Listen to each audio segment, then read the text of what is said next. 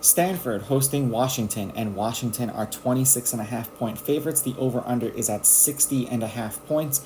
Washington is minus 4,500 on the money line, and Stanford is plus 1,600. Now, these are the pre-kickoff lines. They're going to change the closer we get to kickoff tomorrow, and depending upon how much money people win or lose in the early morning will depend upon how much they bet on this game.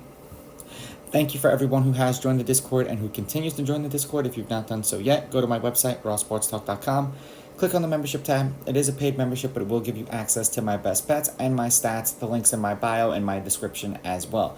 Washington is 7-0 in their last 7 games. They are 3-3-1 against the spread, and the under is 4-3 in their games because, yet again, like Oregon, their over-unders have been absurd.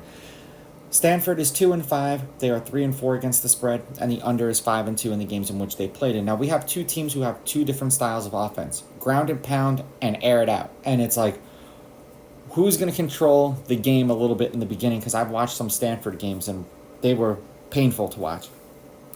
Now, Stanford is 6-4 against Washington in their last 10 meetings, although Washington's won the last 2 games they played against each other.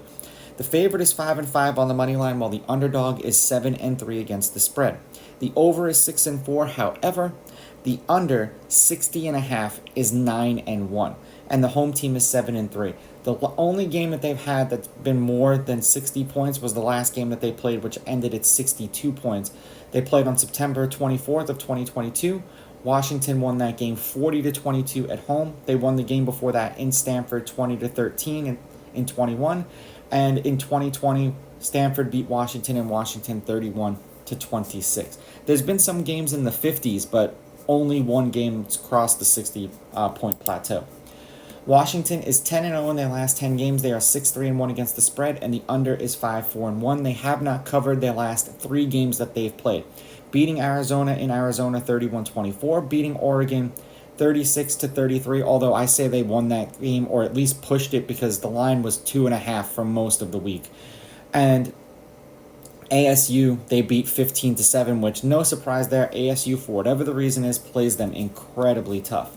For Stanford, they're 2-8 in their last 10, 3-7 against the spread, and the under is 6-4. They got blown out by UCLA 42-7. They beat Colorado 46-43 and then got blown out by Oregon 42-6. So if we're going to say that Washington can do to them what UCLA and Oregon did to them, it is fairly plausible. It just depends on who gets the ball first and who scores first. Because if Washington gets the ball first and goes down the field in 3 plays and scores, Stanford's going to be playing catch-up all game. If Stanford gets the ball first and starts killing the clock, we'll see how the point spread plays out in this one. I'm going to take Washington with the money line. I'm going to take Washington laying the points, and I'll go under. I'll say that they'll figure out how to get a big enough lead where Stanford will end up playing Washington's game, and then it'll be a long day. These are just my picks. If you disagree, please go with your gut, and please bet responsibly.